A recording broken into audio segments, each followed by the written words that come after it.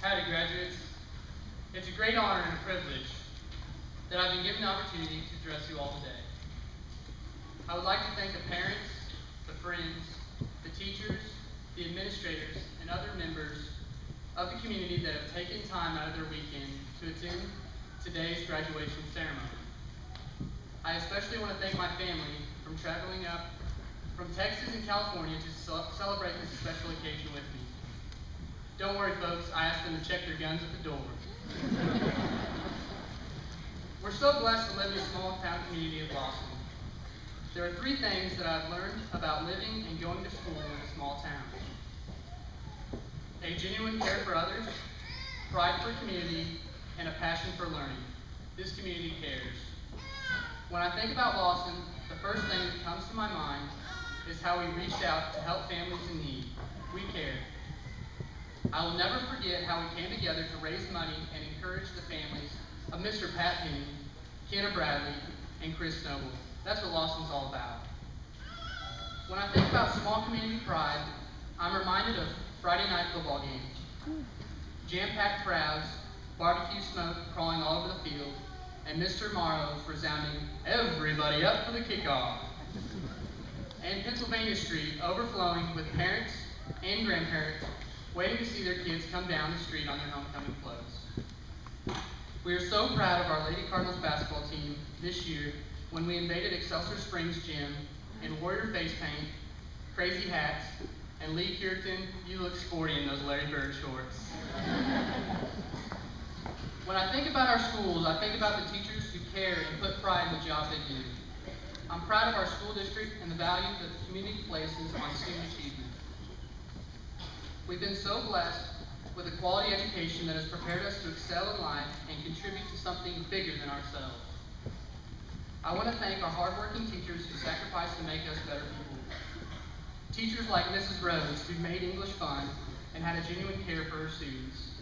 Mrs. Phillips, who teaches an exceptional curriculum and encourages students to learn outside the box. And Coach Dial, who goes beyond the classroom to mentor and develop strong relationships with students. The three traits of care, pride, and compassion for one another are all traits of a great small town. They're also traits of a great country. We are so fortunate to live in a free country in which we are given the opportunity to pursue our own interests and not someone else's. Some of us may choose to attend college for the next 2 to 4 years. Some may go the route of attending a technical school and learn a trade, or even may enter the workforce. We have the freedom to do whatever we want. We can buy whatever car we want. We can worship wherever and whenever we want. And we can pursue whatever business we want to pursue. This freedom has come at a cost that is still being paid today by those selfless heroes that have laid down their lives in harm's way to defend our way of life. There are those in this senior class who will be soon entering the military because they choose voluntarily to sacrifice in order to preserve the freedoms that we appreciate here in America.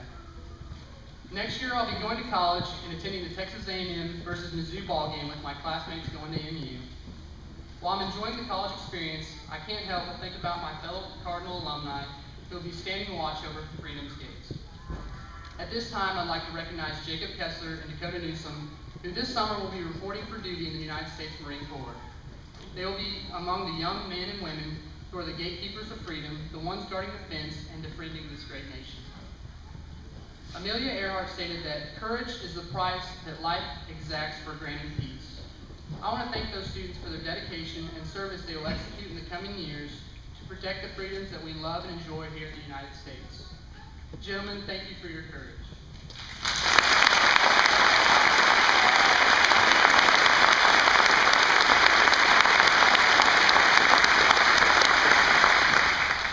I would like to honor my fellow classmates and close with an excerpt from the West Point Cadet Prayer.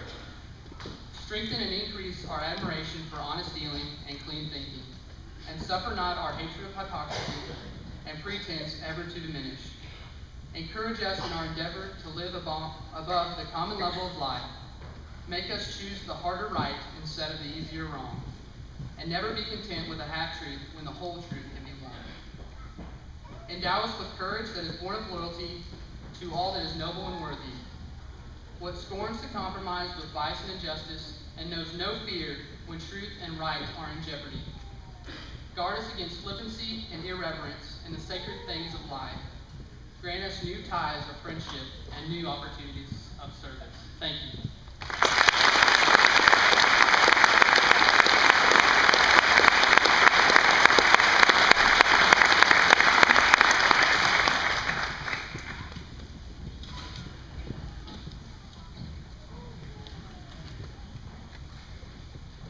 Thank you. First of all, I'd like to thank all of the teachers for putting up with us these last 4 years, and for parents for putting up with us these last 18 years. I'm sure it has not been easy. Looking back at my time here, I realize that we've learned a lot of things, but the most important things we learned are the true identity of ourselves. Our character and integrity says more about us than anything else we will do in our lifetimes. From Southwest Elementary to high school, we were constantly reminded of the importance of character. The trading card program, Cardinals building character, there's many examples of this. As long as we did our best with honor and integrity, everything would be fine. In the classroom, sports, arts, and numerous other activities, we were told that as long as we gave our best effort, followed the rules of fair play, and conducted ourselves with integrity, we should be proud of ourselves, and that still stands true for life after high school. Lawson is well known for student character. Several times we've been complimented by sports referees, officials from academic competitions, and teachers from other schools for how we conduct ourselves at school events. Sorry teachers, but specifics may be forgotten. Does anyone really remember much about world history, about the periodic table? What we will remember is this, that if we give an honest effort, act with integrity, and continue our high moral character, we can achieve anything we want in life. While today is a day to celebrate, don't let this be your greatest accomplishment in life. There are other things waiting out there for us. Thank you.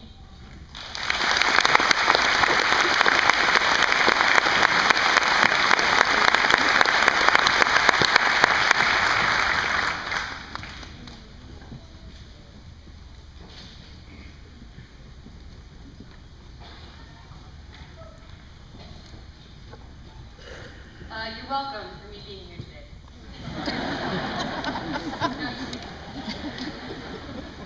Thanks for being here today. I'm sure there's plenty of other places that you could be right now. Somewhere where you can wear comfortable clothes and no one around you is crying. It's an important event in our lives that marks 13 years of not killing each other. Lawson is a really great school. Though we may not be the smartest, and we may not be the most athletic, we're better than Waco, and that's all that counts.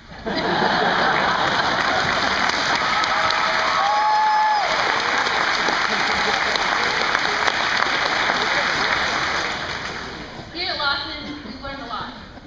Some of it I'll remember forever, and the rest of it I'll forget as soon as we leave the gym.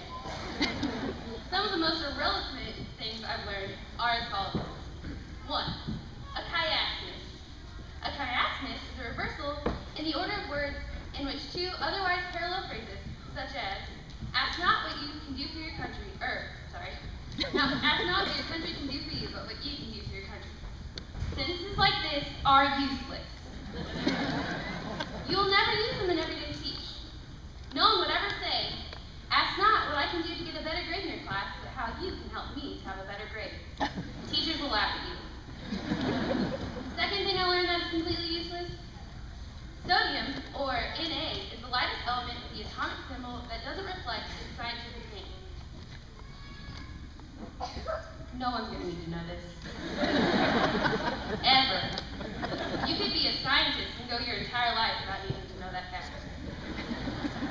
The third one, former President George H. Bush hates broccoli. You're welcome for enlightening you with this piece of information that is pretty common among everyone in America. I'm sure that everyone knows the president's favorite vegetable. And number 4, the distance formula, or D equals the square root of the quantity x2 minus x1 plus the quantity y2 minus y1. I have a news flash for all you mathematicians out there. There's this awesome website called Google Maps. you enter 2 points and it gives you the distance.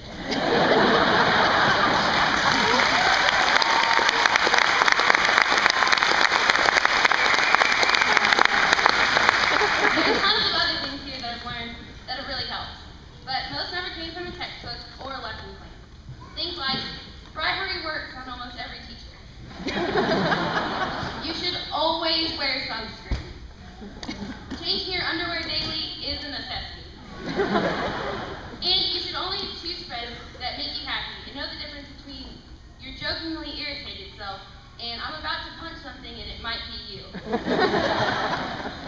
At this time, I want to thank our parents for making school a necessity, our teachers for making school fun, the administration and community for making this a great place to live, and our friends for making school bearable. Congratulations, class of 2011. We didn't kill each other.